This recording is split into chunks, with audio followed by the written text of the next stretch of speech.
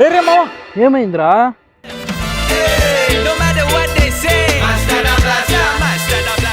రే రే మావా, ఏమైందిరా? అరే నా బండి పవర్ పోయిందిరా. 140 పోతున్న బండి 120 పోతుందిరా. అదంతా బాబా లెక్కదా?